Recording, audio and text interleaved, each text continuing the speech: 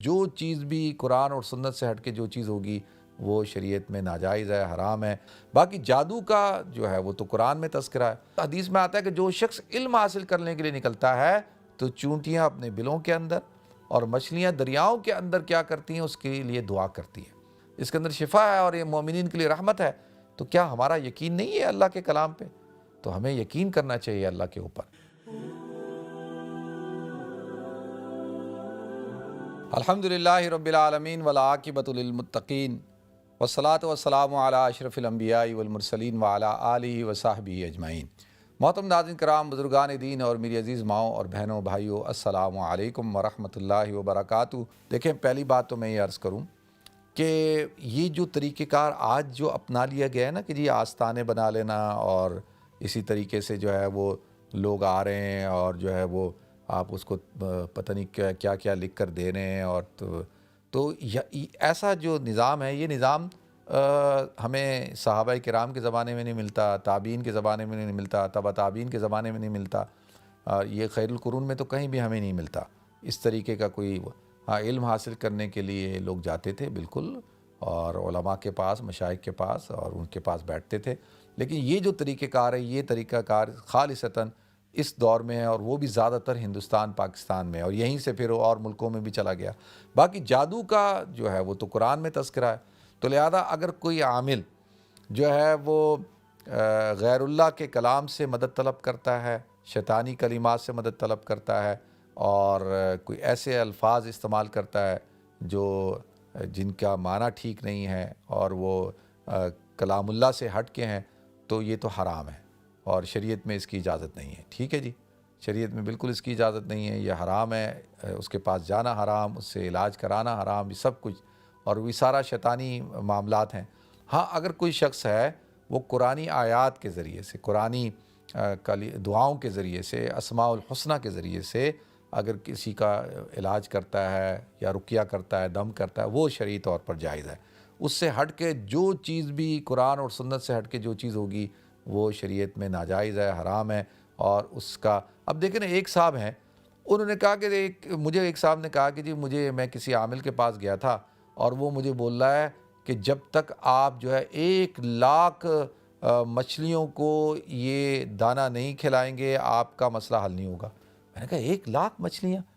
میں کہا کہنا کیا چاہتا ہے بھائی کہ 1,00,000 کہاں مچھلیوں کو گنو گے کہاں سے تم؟ کیا وہ اتنے من جو ہے وہ کہتا ہے دانہ جو ہے وہ ڈالنا ہوگا دریا میں، سمندر میں، تو وہ کہتا ہے میں کہاں لے جا کے ڈالوں گا؟ وہ کہتا ہے ٹھیک ہے، پھر مجھے پیسے بھجواؤ، میں ڈالوں گا۔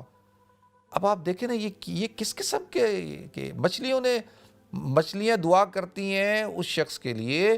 جو حضور حدیث میں آتا ہے کہ جو شخص علم حاصل کرنے کے لیے نکلتا ہے تو چونٹیاں اپنے بلوں کے اندر اور مچھلیاں دریاؤں کے اندر کیا کرتی ہیں، اس کے لیے دعا کرتی ہیں۔ تو یہ تو بات ٹھیک ہے جی، باقی جو ہے وہ مچھلیوں کو دانہ کھلانا اور اس طرح سے،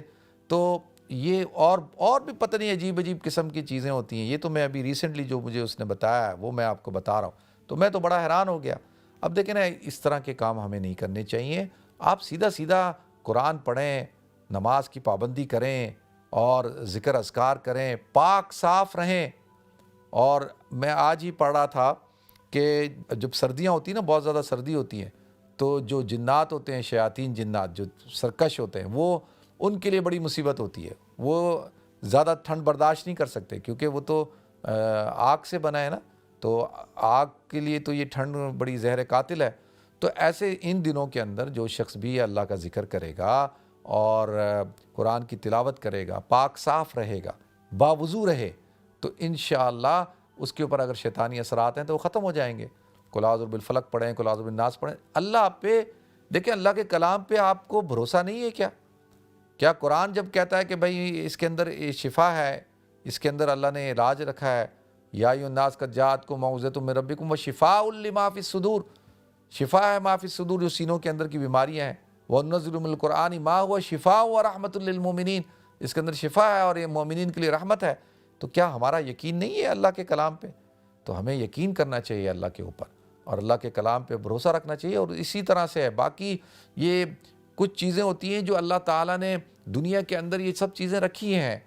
تو سم ٹائم آپ بیمار ہوں گے، سم ٹائم آپ کے ساتھ کوئی یہ تو دنیا کو اللہ نے کریٹ ایسے کیا ہے نا کہ ہر وقت تھوڑی آدمی کبھی غم ہوگا، کبھی خوشی ہوگی، کبھی نقصان ہوگا، کبھی فائدہ ہوگا، کبھی کچھ صحت خراب ہوگی، کبھی کچھ ہوگا۔ تو یہ تو دنیا کو اللہ نے ڈیزائن ایسے کیا ہے۔ تو لہذا ہم کیا چاہتے ہیں مجھے نہیں پتا کہ لوگ جو ہے کس طریقے سے لوگوں کے عقائد جو ہے وہ بگڑے ہوئے ہیں، عقیدہ بھی بگڑ گیا ہے، اور لوگوں کے اندر بدعات رسوم رواج اتنی ہے کہ وہ پھر انہی لوگوں، پھر اللہ بھی کہتا ہے پھر ٹھیک ہے تم بھی ان کے حوالے ہو جاؤ، تم میرا در چھوڑتے ہو تو پھر تم در در پہ پھرو اور در در کے بھکاری بنو۔ تو میں تو آپ حضرات سے گزارش کروں گا کہ صرف ایک اللہ کے در کو پکڑیں اور اسی کے آگے ہاتھ پھیلائیں، اسی کے آگے اپنی حاجتیں، اپنی مرادیں رکھیں، اپنی ضرورتیں رکھیں، اپنی پریشانیاں رکھیں، اور اللہ اس بات پر قادر ہے کہ وہ اللہ تعالیٰ آپ کی مرادوں کو پورا بھی کرے گا، اللہ تعالیٰ آپ کی ضرورتوں کو بھی پورا کرے گا، اللہ تعالیٰ آپ کی ہر چیز کو حل کرے گا۔